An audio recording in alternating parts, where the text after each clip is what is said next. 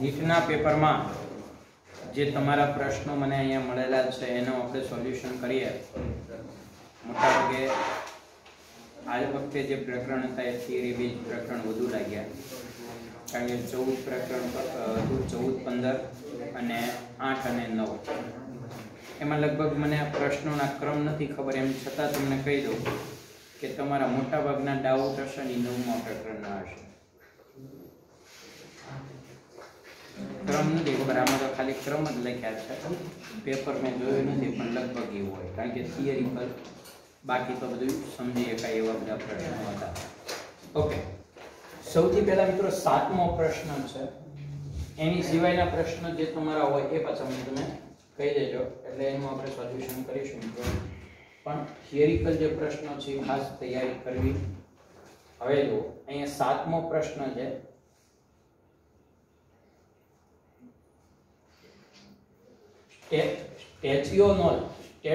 સ્ટેચ્યુઅસ એ કયા પ્રકારની સેકેરાઇડ છે? હવે નામ જ આપણને પહેલા તો પ્રશ્ન થાય કે સ્ટેચ્યુઅસ એ કયા પ્રકારની શર્કરા છે. હવે અહીંયા તમે જુઓ, શર્કરા ટેટ્રાસેકેરાઇડ છે, ટ્રાયસેકેરાઇડ છે, ડાયસેકેરાઇડ છે કે શું છે? એટલે મિત્રો આમાં આપણી પાસે એ લોકો શું અપેક્ષા છે? આવા પ્રશ્નોમાં આપણી પાસે અપેક્ષા હોય મિત્રો કે કોઈ પણ સેકેરાઇડ્સનું આપણી પાસે વૈજ્ઞાનિક નામ પણ હોવું જોઈએ. બરાબર, દાખલા તરીકે ગ્લુકોઝ, સુક્રોઝ, માલ્ટોઝ એ બધા તો આપણે જાણીએ જ છીએ. બરાબર, અને આ આપણી ટેક્સ્ટ બુકમાં આ પ્રકારના જે સંયોજનો છે ને, આ તમે જુઓ તો આ મોટે ભાગે ટેટ્રાસેકેરાઇડ છે. આપણી ટેક્સ્ટ બુકમાં મેક્સિમમ કઈ સેકેરાઇડનો વધુ ઉલ્લેખ છે એ તમને કહી દઉં. મોનોસેકેરાઇડ, ડાયસેકેરાઇડ, પછી સીધા પોલીસેકેરાઇડ, પેન્ટા અને હેક્ઝાનો વધુ ઉલ્લેખ છે. બરાબર ને? એટલે આવા બધા પ્રશ્નો છે ખાસ તમારે ધ્યાનમાં રાખવાના છે. ટેટ્રાસેકેરાઇડ્સ ને આપણે આ નામ આપી શકીએ, એટલે ખાસ ધ્યાનમાં રાખજો. નામકરણ ઘણી વાર એક લાઈનનો જ નાનો એવો MCQ હોય, ખાલી આપણને તરત આવડી જતો હોય, પણ આવા બધા પ્રશ્નો હવે આપણે ખાસ, મેં તમને પહેલા કીધું કે અમુક ચેપ્ટર એવા છે કે જે ટેક્સ્ટ બુક બેઝ વાંચવું એ વધુ યોગ્ય છે. બરાબર, P બ્લોક, S બ્લોક કે પછી D અને F બ્લોક હોય તો ટેક્સ્ટ બુક બેઝ મેક્સિમમ તૈયારી એમાં કરવાની રહે. બરાબર, એટલે એમાં એક થોડું ધ્યાનમાં રાખજો. પછી બીજો જે 12મો પ્રશ્ન છે તમારો, નીચેના પૈકી કયો પોલિમર અર્ધ સંશ્લેષિત નથી? મિત્રો અર્ધ સંશ્લેષિત એટલે શું? એટલે કુદરતી હોય પણ એનો સીધો આપણે ઉપયોગ ના કરતા હોઈએ, એમાં કેટલાક સામાન્ય ફેરફાર કરી અને આપણે યુઝ કરતા હોઈએ તો એને મિત્રો આપણે અર્ધ સંશ્લેષિત કહીએ છીએ. હવે તમે જુઓ તો અહીંયા જે ઉદાહરણ આપ્યું હતું રેઝિન, પછી રેયોન. રેયોન છે એ કેવો છે? બરાબર, એ તો કેવો છે? અર્ધ સંશ્લેષિત કયો નથી, એટલે રેયોન એ અર્ધ સંશ્લેષિત. પછી વલ્કેનાઇઝ રબર, ખાલી રબર હોય તો એ કુદરતી હોય, વલ્કેનાઇઝ રબર એટલે એ અર્ધ સંશ્લેષિત છે. અને સેલ્યુલોઝ, નાઇટ્રેટ બધા અર્ધ સંશ્લેષિત છે. મિત્રો એક વાત કરી દઉં, રબર છે ને એમાંનો આપણે ઉપયોગ મોટે ભાગે અર્ધ સંશ્લેષિતમાં જ કરીએ, પછી કોઈ પણ રબર હોય. બરાબર, એટલે આમાં રેઝિન છે એ અર્ધ સંશ્લેષિત નથી, તો એ કેવો છે? કયો લે? રેઝિન એ કેવો છે? કુદરતી. પછી આગળનો પ્રશ્ન જોઈએ, 19મો પ્રશ્ન છે. 19મો પ્રશ્ન, એમાં કોના પોલિમરાઇઝેશન થી ડેક્ટ્રોન મળશે? કોના પોલિમરાઇઝેશન થી ડેક્ટ્રોન મળે છે? હવે આ પણ એ જ પ્રકારનો છે. પોલિમરાઇઝેશન એટલે એનો મતલબ એવો થયો કે મોનોમર કયો હશે ડેક્ટ્રોનનો. આનો અર્થ શું થયો કે ડેક્ટ્રોનમાં મોનોમર કયો હશે? બરાબર, તો મિત્રો આમાં SBr જે છે એ કુદરતી રબર ને કુદરતી રબર કહે છે, અને આપણને જે આપ્યું છે ડેક્ટ્રોન એ કુદરતી રબરનો પોલિમર છે. શેનો પોલિમર છે? કુદરતી પોલિમર SBr. નામ આ જે બધા પોઈન્ટ છે ને રબર સંબંધિત, એ બધા છેલ્લા 2 પેજમાં આપેલા છે. 2 જે પ્રકાર પાડે ને, ડિગ્રેડેબલ અને નોન ડિગ્રેડેબલ બધા છે, એમાં આપણે એને ટૂંકું નામ છે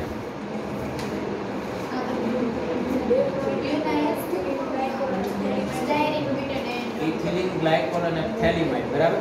પણ એમ ઈ બે ભેગા થાય ને બેન, ઇથિલિન ગ્લાયકોલ અને તમને એક વાત કરી સાંભળી કે જે પોલિમરમાં બે અલગ અલગ મોનોમર હોય ને, તો ઈ બે મોનોમરની જોડનું વચ્ચેનું નામ આપણને આવડવું જોઈએ.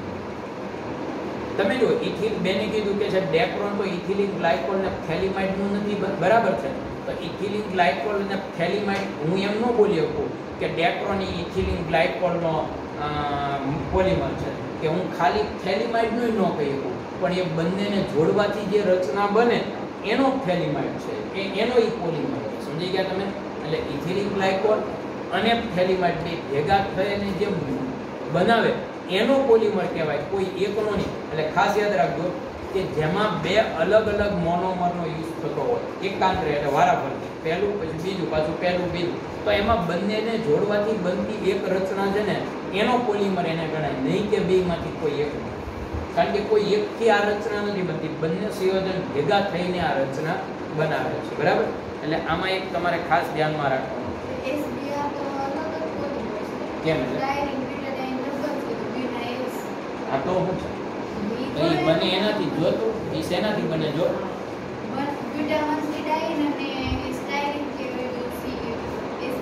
એટલે SBr બને. પછી ઈ બંને જે બને એનો એક રચના હોય ને, એક પોઈન્ટ હોય ને, એનું ટૂંકું નામ SBr ને આવે. બે અલગ અલગ મોનોમર ભેગા થાય એટલે ટૂંકું નામ આપ્યું, પછી એને આધારે તમારે પોલિમર બનાવવાનું છે. એટલે એક વાત તમે ખાસ ફરીવાર કહો મિત્રો, આમાં ધ્યાન રાખજો કે બે મોનોમર, જો અહીંયા જો આ એ જ વાત છે, આ તો ખાલી ઉદાહરણ. આમાં એ જ વાત છે કે અહીંયા ભાઈ બેન્ઝોઇક બે આ બેન્ઝીન ડાયકાર્બોક્સિલિક એસિડ છે અને એક આ રીતે છે આલ્કોહોલ, બરાબર, જેને આપણે ઇથિલિન ગ્લાયકોલ કહીએ. આ બે ભેગા થઈને બને તો આ મારા માટે નહીં, હું આનો પોલિમર આવી અનંત સુધી રચના જોડાય તો હું આનો પોલિમર ના બોલી શકું. હું એમ ન કહી શકું કે આનો પોલિમર, હું એમ ન કહી આ બંનેની ભેગી રચના છે અનંત વખત પુનરાવર્તન થાય એનો પોલિમર.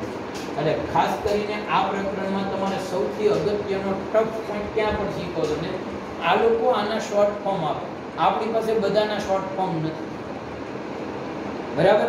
એટલે આપણે પહેલું કામ તો એ ધ્યાનમાં લેવું પડે. એટલે એમાં એક તમે ધ્યાનમાં લેજો કે ભાઈ મોનોમરમાંથી, એક જ મોનોમરમાંથી પોલિમર બને તો બહુ સહેલું છે, ઇથિન તો પોલિથીન, બરાબર, તો કોઈ પ્રશ્ન જ નથી. વિનાઇલ ક્લોરાઇડ તો પોલીવિનાઇલ ક્લોરાઇડ, બહુ સિમ્પલ વસ્તુ. પણ જ્યારે બે અલગ અલગ મોનોમર ભેગા થઈ અને રચના બનાવે તો ત્યારે એ બંનેનું સંયુક્ત નામ એ તમારી પાસે હોવું જરૂરી છે, બરાબર.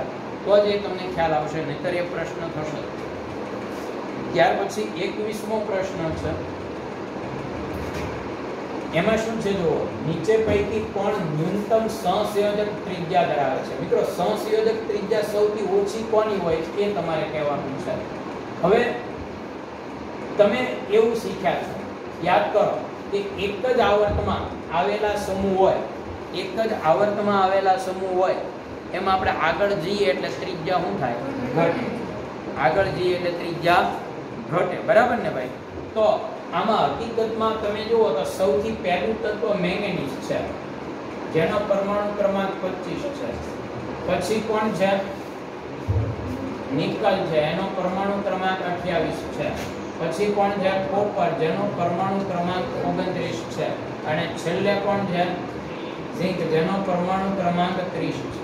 એટલે આપણા નિયમ પ્રમાણે વિચારીએ તો જેમ આગળ જઈએ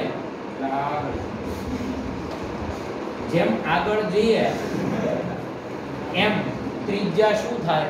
ઘટે. આપણો નિયમ એમ કહે છે કે એક જ આવર્તમાં ડાબેથી જમણે જતા પરમાણુ ક્રમાંક વધે એટલે આકર્ષણ વધે, ને આકર્ષણ વધે એટલે મિત્રો ત્રિજ્યા ઘટે. એટલે સામાન્ય રીતે આગળ જાવ ને એમ ત્રિજ્યા છે એ ઘટવી જોઈએ, બરાબર. પણ અહીંયા તમે જુઓ તો અહીંયા અપવાદ છે. સૌથી ઓછામાં ઓછી આપણને આમાં આપી હતી, બરાબર. હું તમને એનું કારણ આપું છું કે આમાં એવું શું કામ આવ્યું? સૌથી ઓછી ત્રિજ્યા કીધી ને, શું કામ નિકલ આપી? પછી બીજા આપણે આખી શ્રેણી જ ગોઠવતા શીખીએ. પછી બીજા નંબરે મેંગેનીઝ આપ્યો, પછી ત્રીજા નંબરે કોપર આપ્યો, સૌથી વધુ આની હતી. કેમ આમ આપણો નિયમ તો આગળ જતા ઘટે એમ કે મિત્રો તમને એક વાત કરી દઉં કે આયનીય ત્રિજ્યા કે સહસંયોજક ત્રિજ્યા ડી વિભાગના તત્વોમાં નક્કી કરવી બહુ મુશ્કેલ છે, કારણ કે આપણા મગજમાં એક જ પોઈન્ટ હોય કે આગળ જતા પરમાણુ ક્રમાંક વધે એટલે ત્રિજ્યા ઘટે. પણ મિત્રો એક વાત તમને કરી દઉં કે ડી કક્ષકમાં જ્યારે ઇલેક્ટ્રોન દાખલ થાય છે ત્યારે ડી કક્ષક એ અંદરની કક્ષક છે. ડી કક્ષકમાં 5 ઇલેક્ટ્રોન સુધી છે ને ત્રિજ્યા ઘટે. વાત સાચી, 5 ઇલેક્ટ્રોન સુધી ત્રિજ્યા ઘટે અને પછી ઘટવાને બદલે વધે છે. હવે એની પાછળનું કારણ શું છે તો કે ડી માં 5 ઇલેક્ટ્રોન હોય ને ત્યાં સુધી કોઈ પ્રશ્ન નથી, આંતર ઇલેક્ટ્રોનીય અપાકર્ષણ થાય. ઇલેક્ટ્રોન વચ્ચે અપાકર્ષણ અહીંયા સુધી ન થાય, પણ હવે જ્યારે ઇલેક્ટ્રોનની સંખ્યા વધતી જાય ને એમ ડી માં આંતર ઇલેક્ટ્રોન અપાકર્ષણ થાય. ઇલેક્ટ્રોન વચ્ચે અપાકર્ષણ થાય એટલે નવા ઇલેક્ટ્રોનને ગોઠવવો ખૂબ જ મુશ્કેલ છે અને એને કારણે જે કદ ઘટવું જોઈએ ઘટવાને બદલે અહીંયા ટૂંકમાં કહું તો શિલ્ડિંગ અસર વધવા માંડે. નહીંતર સામાન્ય રીતે આપણે મૂકી દેલું છે મિત્રો, યાદ કરો કે કોઈ પણ સમૂહમાં જ્યારે ડી કક્ષક દાખલ થાય ત્યારે યાદ કરો ડી કક્ષક દાખલ થાય ત્યારે આપણે એમ બોલીએ છીએ કે ત્રિજ્યા તો સામાન્ય રીતે વધે, પણ ડી કક્ષક હોય પછી 3D હોય કે 10 ઇલેક્ટ્રોન વધે તો એ 10 ઇલેક્ટ્રોન અંદરની કક્ષામાં વધે છે, બહારની કક્ષા ચોથી છે. પણ આપણે એવું બોલેલા કે કેન્દ્રમાં 10 પ્રોટોન ઇલેક્ટ્રોન દાખલ થયા, ડી માં અંદર આવ્યો, પહેલા 12 હતા હવે અંદર દાખલ થયા ત્યારે કેન્દ્રમાં 10 પ્રોટોન એ વધે. અને આપણે એમાં બે અસર જોઈ હતી, વિરુદ્ધાભાસ અસર. કેન્દ્રનું બહારની કક્ષાને આકર્ષણ છે એ આ ડી કક્ષકના ઇલેક્ટ્રોન શું કરે છે ઘટાડે, જેને આપણે શિલ્ડિંગ અસર કહીએ, બરાબર. અને બહારની કેન્દ્રમાં જે 10 પ્રોટોન વધ્યા એ આકર્ષણ શું કરે વધારે. અને આપણે બાકીના બધા તત્વોમાં એવું બોલ્યા હતા મિત્રો, યાદ કરો કે શિલ્ડિંગ અસર કરતા કેન્દ્રીય આકર્ષણ ઉપરવટ છે. ઉપરવટ છે એટલે શું થાય વધુ અસર એની થાય. અને એટલે જ્યાં જ્યાં ડી કક્ષા આવીને ત્યાં ત્યાં કક્ષાનું સંકોચન કેવું થવા માંડ્યું વધુ, કારણ કે શિલ્ડિંગ અસર જે આકર્ષણ ઘટાડવાનું કામ કરે તો ડી કક્ષામાં કેન્દ્રમાં દાખલ થયેલા 10 પ્રોટોન આકર્ષણ વધારે અને પ્રોટોનની અસર વધુ. એટલે સામાન્ય રીતે આપણે એવું છે, પણ તમે ખાલી વિચારો કે આ શિલ્ડિંગ અસર ક્યારે વધુ લાગે તો કે જ્યારે મિત્રો જ્યારે ડી કક્ષામાં ઇલેક્ટ્રોનની સંખ્યા વધતી જાય ને એમ શિલ્ડિંગ અસર વધે, કારણ કે અંદર રહેલા ઇલેક્ટ્રોન જે બળતરા કરે કે આ કેન્દ્ર છે આપણને આકર્ષવાની બદલે બહાર આકર્ષવા જાય એટલે શું સમજે છે અને એને કારણે શું થાય શિલ્ડિંગ અસર વધે. એટલે ઇલેક્ટ્રોન છે એ કક્ષા કોઈ નથી રોકતી, રોકે છે કોણ એમાં રહેલા ઇલેક્ટ્રોન છે બહારની કક્ષાને આકર્ષણ લાગતું ઘટાડે. મિત્રો આ શિલ્ડિંગ અસર 5 ઇલેક્ટ્રોન સુધી ઓછી હોય પણ 5 ઇલેક્ટ્રોન થી આગળ જતા શિલ્ડિંગ અસર વધવા માંડે અને એને કારણે ત્રિજ્યા શું થવા માંડે છે ઘટવા. આ એક તમે ખાસ ધ્યાનમાં રાખો. અને એટલે જ ડી માં મોટે ભાગે આપણી ધારણા કરતા ત્રિજ્યામાં આને સમજવું એ ખાસ નથી. અને એટલે જ મિત્રો નિકલની જે ત્રિજ્યા છે સૌથી ઓછી શું કામ છે એની પાછળનું કારણ આ છે, બરાબર. એટલે આમ નિયમ પ્રમાણે આગળ જવા જઈ એમ ઘટે. હવે તમે એક પ્રશ્ન આમાં કરી શકો કે જેમ હાલો તમે કીધું કે શિલ્ડિંગ અસર તો ઇલેક્ટ્રોન આમાં વધુ છે તો આની ત્રિજ્યા સૌથી ઓછી હોવી જોઈએ, બરાબર ને. પણ મિત્રો એક વાત તમને કરી દઉં કે ડી માં જ્યારે 10 ઇલેક્ટ્રોન હોય ત્યારે સ્થાયી અવસ્થા પ્રાપ્ત થઈ જાય, બરાબર ને. જ્યારે 9 કે 8 હોય ત્યારે સ્થાયી અવસ્થા હોતી નથી. એટલે આમાંય 10 ઇલેક્ટ્રોન છે ડી માં, એસ માંથી એક જો આમાંય 10 છે, અહીંયા કેટલા છે 8 છે. એટલે શિલ્ડિંગ અસર અને પછી સ્થાયીતા જોવાની, એટલે કમ્પેરિઝન તમે કરશો તો નિકલની ત્રિજ્યા જે છે એ બરાબર. એટલે ખાસ યાદ રાખજો તમે કે શિલ્ડિંગ અસર જે છે એનો વધારો કે ઘટાડો ક્યારે થશે. હવે તમે જુઓ તો આગળનો કયો પ્રશ્ન છે 25મો પ્રશ્ન. હાલો ભાઈ, નિસ્ફટિક ક્ષેત્ર સ્થાયીકરણ ઊર્જા આપણને આપી તો કોબાલ્ટ એટલે કે ટેટ્રા ક્લોરાઇડો એમ બોલતા હતા ને આપણે, ટેટ્રા ક્લોરાઇડો કોબાલ્ટ કે કોબાલ્ટેટ, કોબાલ્ટેટ. ઓકે, ની CFSE એટલે કે સ્ફટિક ક્ષેત્રીય ઊર્જા ગણો. તમારે સ્ફટિક ક્ષેત્રીય ઊર્જા ગણવાની છે. હવે મિત્રો સ્ફટિક ક્ષેત્રીય ઊર્જા વચ્ચેનો તફાવત તમને આવડે છે, ખબર છે બેનો સંબંધ? હે આવું છે ડેલ્ટા, આવું છે ડેલ્ટા ઓ. ડેલ્ટા ઓ એટલે ઓક્ટ્રાહેડ્રલ, મતલબ કે જ્યાં 6 સંવર્ગાંક હોય ને એની સ્ફટિક ક્ષેત્રીય ઊર્જા વચ્ચેનો તફાવત. અને આ શું છે? ડેલ્ટા ટી એટલે ટ્રાયેંગલ, જ્યાં 4 સંવર્ગાંક હોય એની. તો આ બંને વચ્ચેનો સંબંધ મિત્રો બહુ સિમ્પલ છે કે ટ્રાયેંગલ હોય એટલે 4 લિગેન્ડ જોડાય ત્યારે જે સ્ફટિક ક્ષેત્રીય ઊર્જા ઉત્પન્ન થાય એ ઓક્ટ્રાહેડ્રલમાં જે ઉત્પન્ન થાય એના કરતાં 4/9 ભાગની હોય. મતલબ કે ઓક્ટ્રાહેડ્રલમાં વધુ હોય. સ્ફટિક ક્ષેત્રીય ઊર્જાનો ગેપ ક્યાં વધુ હોય? ઓક્ટ્રાહેડ્રલમાં. સ્ફટિક ક્ષેત્રીય ઊર્જા એટલે શું ખબર છે ને? ડી કક્ષકમાં ના 2 પ્રકાર પડી જાય, ખબર છે ને તમને? અને ઈ ડી કક્ષકના 2 પ્રકાર પડે છે, અક્ષ વચ્ચેની અને અક્ષ પરની, એને આપણે સ્ફટિક ક્ષેત્રીય ઊર્જા કહીએ છીએ. તો અને ઈ સ્ફટિક ક્ષેત્રીય ઊર્જા એટલે કે ડી ની 5 કક્ષકોમાં 2 ગ્રુપ પડી ગયા. તો એ બેયના ગ્રુપ વચ્ચે ઊર્જાનો તફાવત ઉત્પન્ન થયો કોને કારણે? તો તમને ખબર છે લિગેન્ડને કારણે. કોને કારણે થયો? તો સીધી વાત છે મિત્રો કે લિગેન્ડ વધશે એમ સ્ફટિક ક્ષેત્રીય ઊર્જાનું મૂલ્ય પણ વધશે. એટલે પહેલા તો આ થિયરી સમજી લો.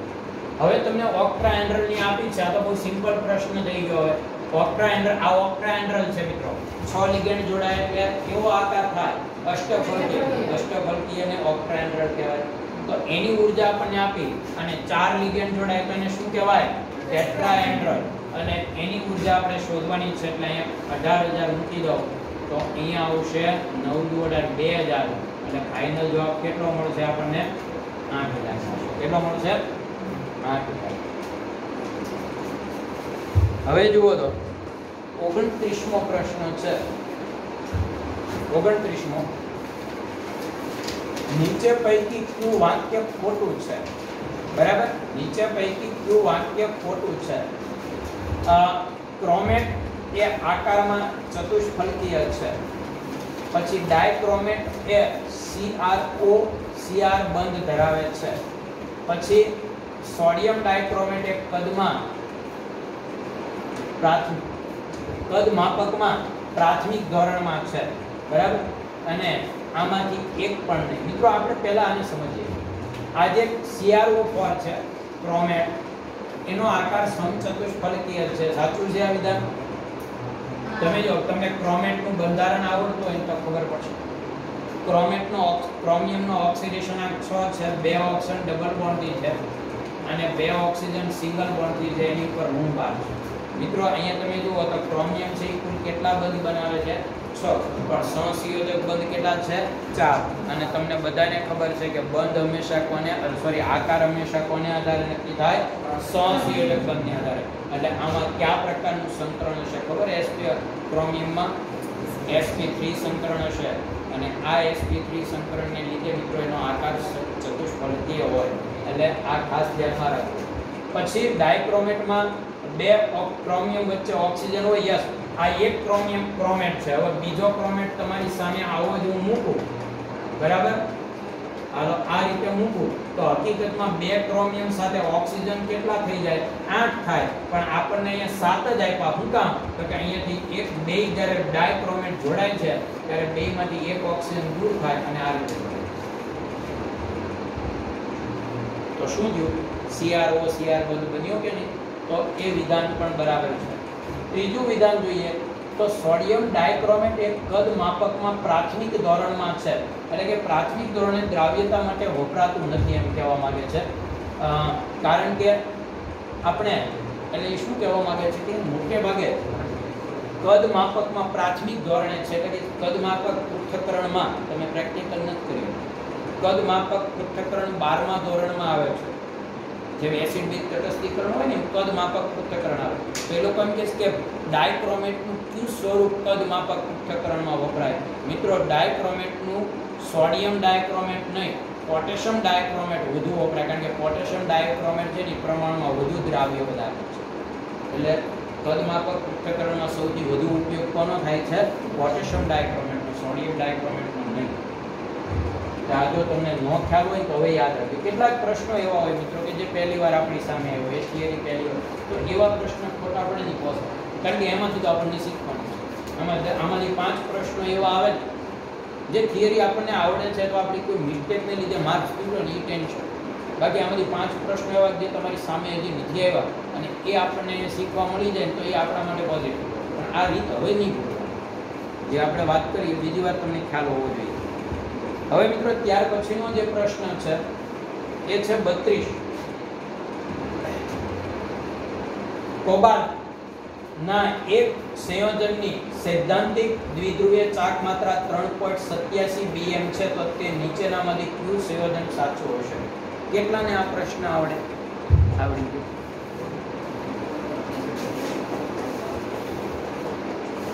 કોઈને જવાબ નથી આવતો? કોઈને આ જવાબ સાચો પડ્યો?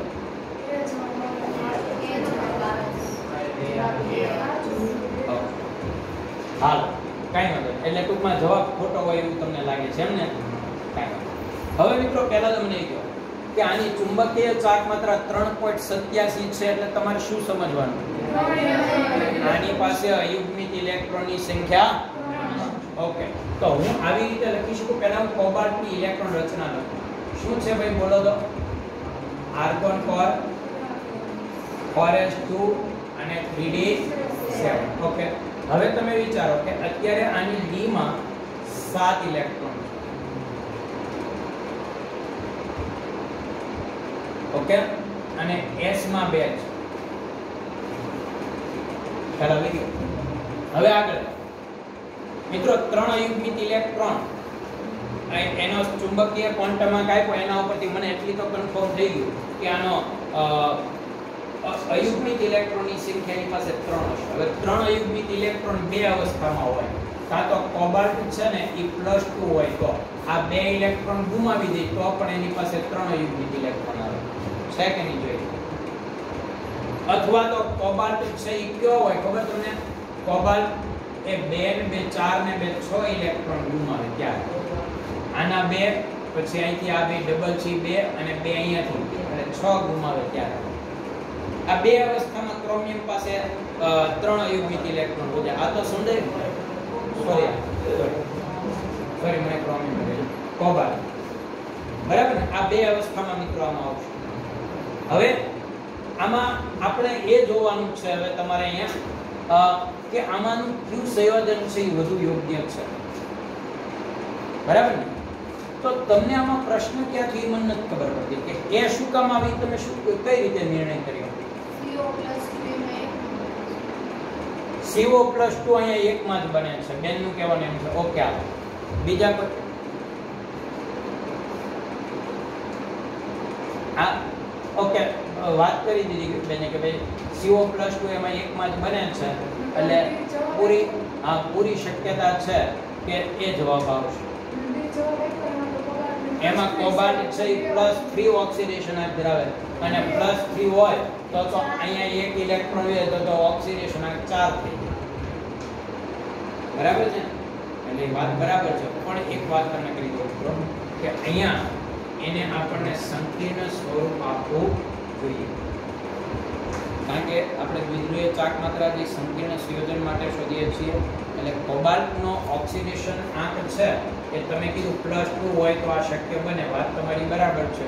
એટલે અહીં જવાબ એ જ આવશે. શું આવશે જવાબ? એ. આ તો હોય જ ન શકે. અહીંયા +2 હોત તો આ જવાબ હોત. જો ત્યાં +2 હોય તો એ જવાબ હોઈ શકે. બરાબર ને?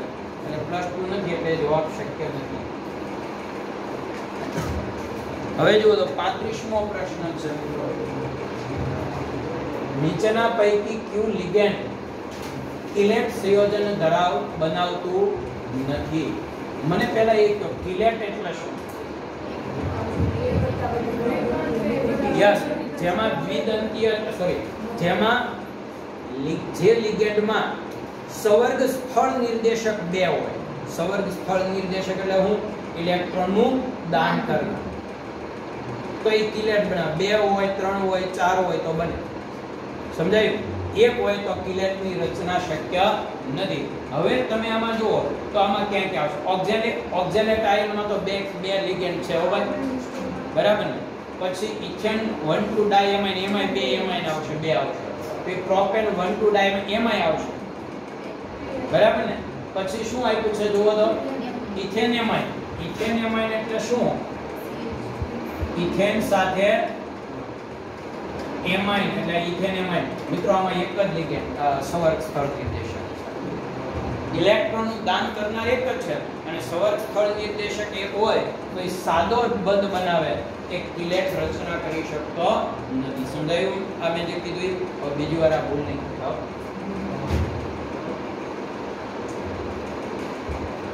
ઓકે, કેટલામો પ્રશ્ન? 38મો પ્રશ્ન છે. 38મો પ્રશ્ન. ઊંચી સ્પિન ધરાવતા સંકીર્ણમાં જ્હોન ટેલર અસર જોવા મળતી નથી. ઊંચી સ્પિન ધરાવતા સંકીર્ણમાં જ્હોન ટેલર અસર જોવા મળતી નથી. પહેલી વાત તો એ કે આમાં સ્પિન ક્યાં ઊંચી હશે જ્યાં જ્હોન ટેલર અસર જોવા મળે નહીં. બરાબર? હવે જુઓ અહીંયા ધ્યાન આપજો.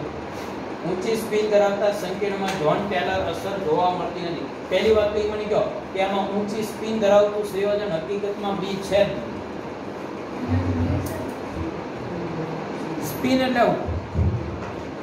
હા, સ્પિન કેમ ગણાય? કોણ કહેશે? સ્પિન કેમ ગણાય? બોલો.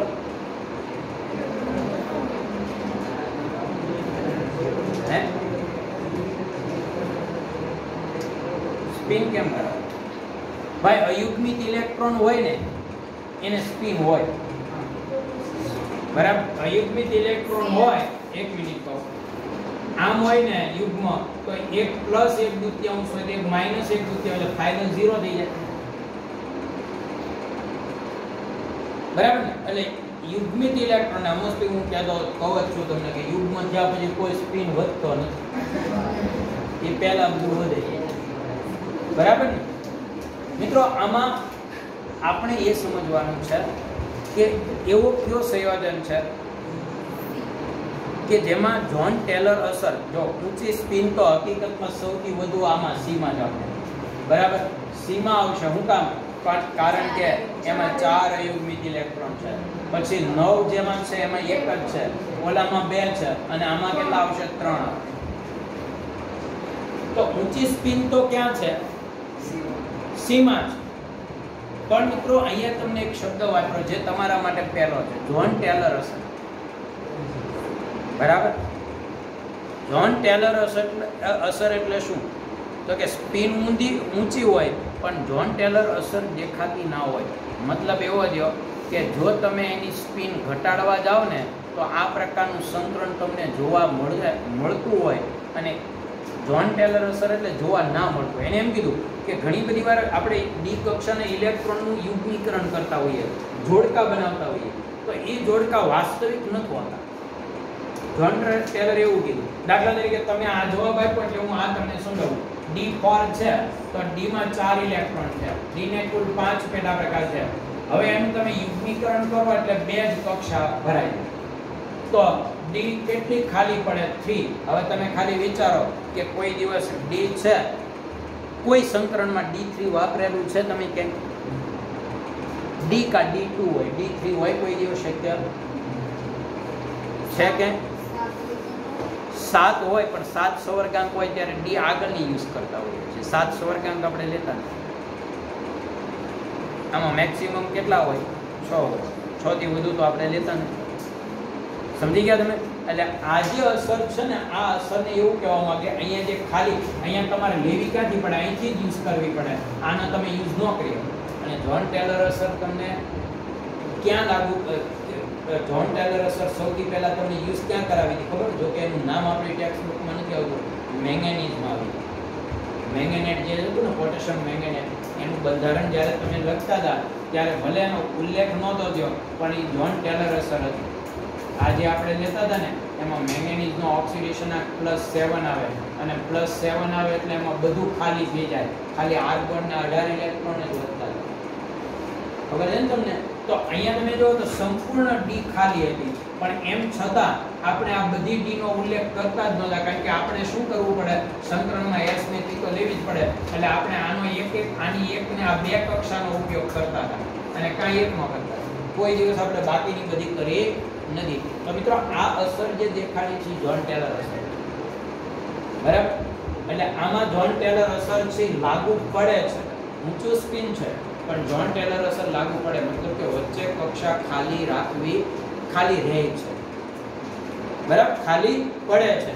જ્યારે આમાં શું થશે, D8 માં ઈ તમને કહું, એમાં 8 ઇલેક્ટ્રોન છે તો શું થશે, આના સ્પિન જુઓ, 8 ઇલેક્ટ્રોન છે એટલે 6 અને 7 અને 8 2 છે. અને આમાં મિત્રો તમે અહીંયા એક ઇલેક્ટ્રોન લઈ લો તો આ ખાલી પડે અને એનો આપણે ઉપયોગ કરીએ છીએ. સમજી ગયા તમે? એટલે આમાં જ્હોન ટેલર અસરનો અભ્યાસની કોઈ જરૂર પડતી, આમાં જ્હોન ટેલરના અભ્યાસની કોઈ જરૂર પડતી નથી. બાકી પહેલામાં તમારી વાત બરાબર છે કે વધુ સ્પિન તો આમાં છે, પણ એમ છતાં એમાં જ્હોન ટેલરના અભ્યાસની જરૂર પડે છે. અસર ક્યાં નથી એ ખાસ તમે સમજો અને આ ધ્યાનમાં રાખો. હવે મિત્રો છે 41મો પ્રશ્ન, નીચેના પૈકી શેમાં CO બંધ લંબાઈ વધારે છે? CO ની બંધ લંબાઈ મુક્ત અવસ્થામાં 1.128 એંગસ્ટ્રોમ છે એવું કીધું. બોલો CO બંધ લંબાઈ સૌથી વધુ ક્યાં હશે? આવો તમને પ્રશ્ન કરેલો છે, બરાબર? હવે મિત્રો CO બંધ લંબાઈ છે એનો આધાર કોના ઉપર? તો આમ તો તમને એમ લાગે કે આ તો બધા કાર્બન મોનોક્સાઇડ જ છે CO ની.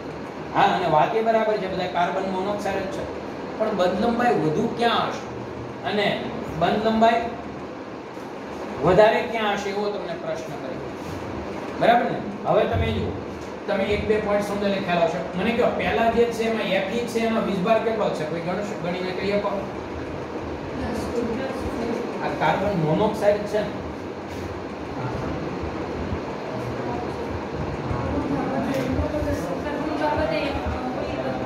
એમ નથી, પણ આ માઈનસ હોય જ ન કેમ કોઈ દીકરે? કાર્બન મોનોક્સાઇડ તો તટસ્થ છે, તટસ્થ હોય તો કઈ Fe થોડી માઈનસ હોય, એટલે માઈનસ વીજભાર જ ન આવી, ખોટું છે ને? વાત સમજ્યા? અહીંયા વીજભાર જ હકીકતમાં મારે શું લખવો પડે? 2 પ્લસ કહેવા પડે, 2 માઈનસ તો ન જ આવે. સમજી ગયા કે વાત? તો આપણે 2 પ્લસ લઈએ તો આ Fe+2 છે, એની ઇલેક્ટ્રોન રચના લખો આર્ગોન 18, એનો પરમાણુ ક્રમાંક કેટલો હતો ભાઈ? 26, બરાબર ને? પછી 4s માંથી 2 ઇલેક્ટ્રોન ગયા અને 3d માં 6 ઇલેક્ટ્રોન છે, બરાબર? હવે જ્યારે તમે આમાં 4 લિગેન્ડ અહીંયા કેટલા લિગેન્ડ જોડેલા છે ભાઈ? 4. તો 4 લિગેન્ડ જોડો ત્યારે તમારે આની 4 કક્ષા ખાલી કરવી પડે, પણ એની સાથે જોડાયેલો કાર્બન મોનોક્સાઇડ ને તમે લોકો કેવો ગણો છો? કાર્બન મોનોક્સાઇડ છે એને તમે પ્રબળ લિગેન્ડ ગણો છો કે નિર્બળ લિગેન્ડ એમ પૂછો? પ્રબળ લિગેન્ડ. ઓકે, તો યુગ્મીકરણ થશે મિત્રો, તો યુગ્મીકરણ થશે એટલે આ 6 ઇલેક્ટ્રોન છે ને એ 3 ના ગ્રુપમાં ગોઠવાઈ જશે, બબ્બેના, એટલે 2 કક્ષા ખાલી પડશે, બરાબર ને? કેટલી કક્ષા ખાલી પડે? 2 ખાલી પડે. અને એમાંથી આપણે યુઝ તો એકનો જ કરી શકશું, કારણ કે 4 લિગેન્ડ હોય ત્યારે સંકરણ sp3 હોય અને કાં dsp3 હોય. કોઈ દિવસ d2s આવે, કોઈ દિવસ સોરી dsp2 હોય, કોઈ દિવસ d2sp આવે. આ ચાર કક્ષકોનું સંકરણમાં d2 હોય એવું બને ખરું? કોઈ દિવસ ના હોય. તો અહીંયા તમે જુઓ તો એક d નો મારે યુઝ કરવો પડશે, પછી એક આ s હશે અને બાકીની 2 t હશે, એટલે એમાં dsp2 સંકરણ થશે. હવે હું તમને આગળનો પોઈન્ટ સમજાવું. આગળના પોઈન્ટમાં શું આપેલું છે જુઓ, Mn, પછી શું છે CO6 અને ઉપર છે +1 વીજભાર છે ને, તો મેંગેનીઝ નો વીજભાર +1 થયો ભાઈ, બરાબર ને?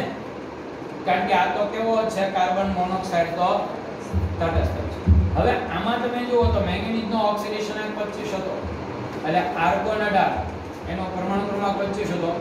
4s માં 1 અને 3d માં કેટલા આવે? 5.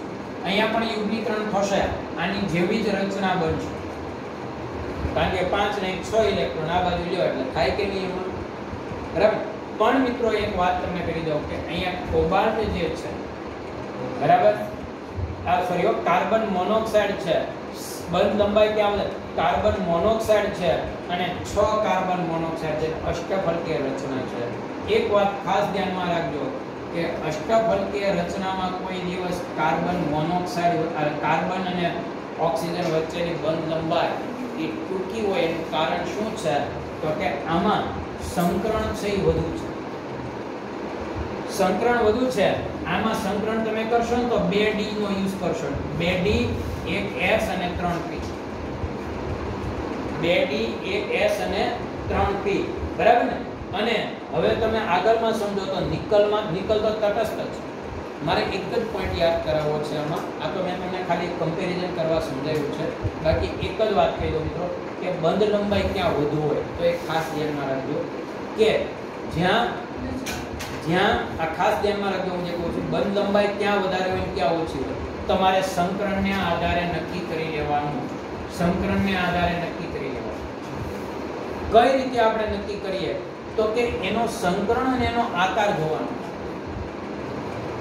બરાબર જેટલું દૂર હશે જેટલું અંતર હશે એટલી બંધ લંબાઈ કેવી હશે વધારે હશે અને જેટલા નજીક હશે એટલી બંધ લંબાઈ કેવી હોય ઓછી અહીંયા તમે જુઓ તો dsp2 સંકરણ થાય તો એમાં આ d છે એ ત્રીજી કક્ષા છે આ ચોથી છે અને આ ચોથી છે અને s ની પહેલાની કક્ષાથી વધુ વિદ્યુત ઋણ ગણાય તમે s ને સમમિતીય ગોળાકાર ગણતા હતા ખબર ને અને સમમિતીય ગોળાકાર કક્ષક જે હોય એનું કેન્દ્રથી અંતર કેવું હોય ઓછું અને હંમેશા s કક્ષામાં રહેલો ઇલેક્ટ્રોન બીજાની સાપેક્ષમાં કેન્દ્ર તરફ આકર્ષણ કેવું લાગે ને વધારે કેવું આકર્ષણ લાગશે વધારે એટલે s કક્ષામાં રહેલો ઇલેક્ટ્રોન અને એની પાછળની d કક્ષામાં રહેલા ઇલેક્ટ્રોનને કેન્દ્રનું આકર્ષણ વધુ લાગે અને કેન્દ્રનું આકર્ષણ વધુ લાગતું હોવાથી તમે એમ કહી શકો કે જ્યારે તમે આ Fe સાથે કાર્બન આને તમે જોડો છો ત્યારે આ કેન્દ્રીય આકર્ષણને કારણે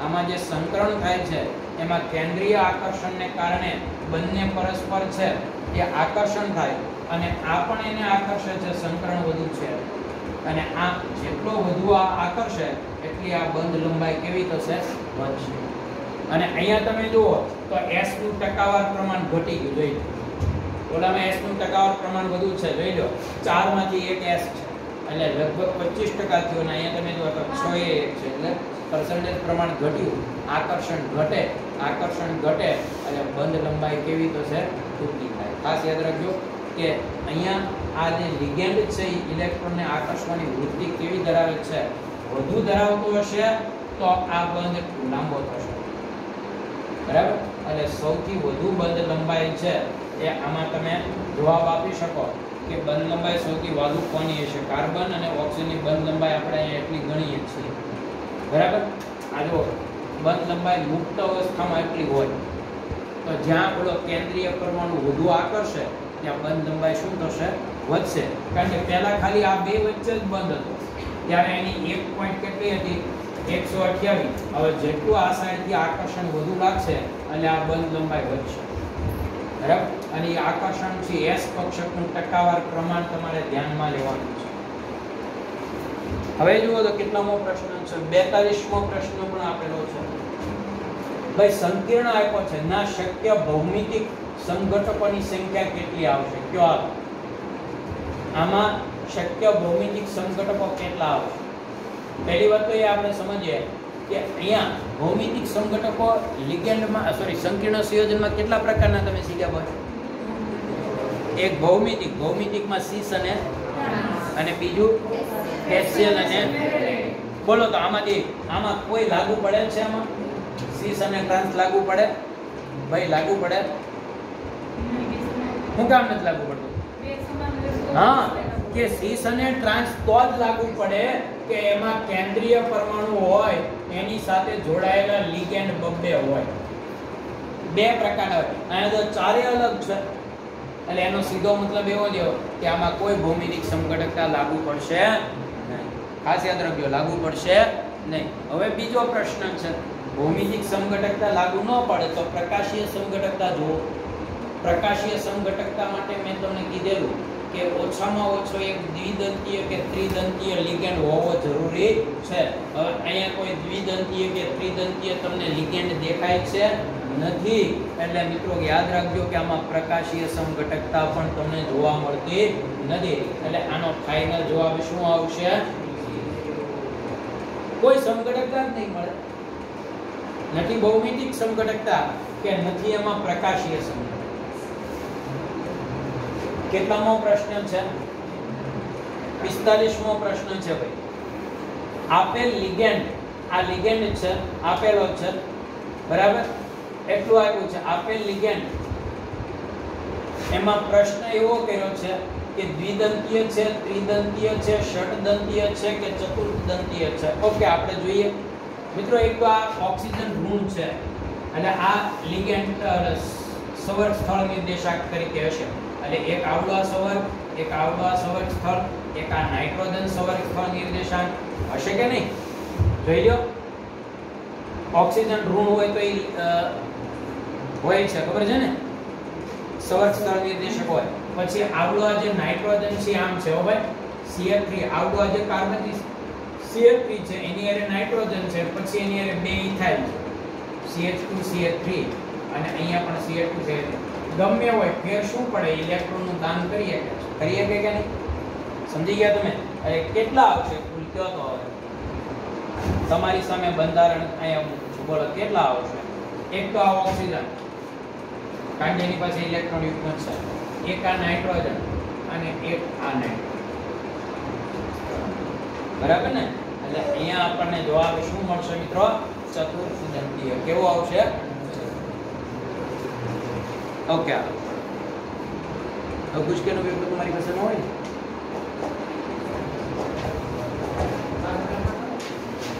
હે?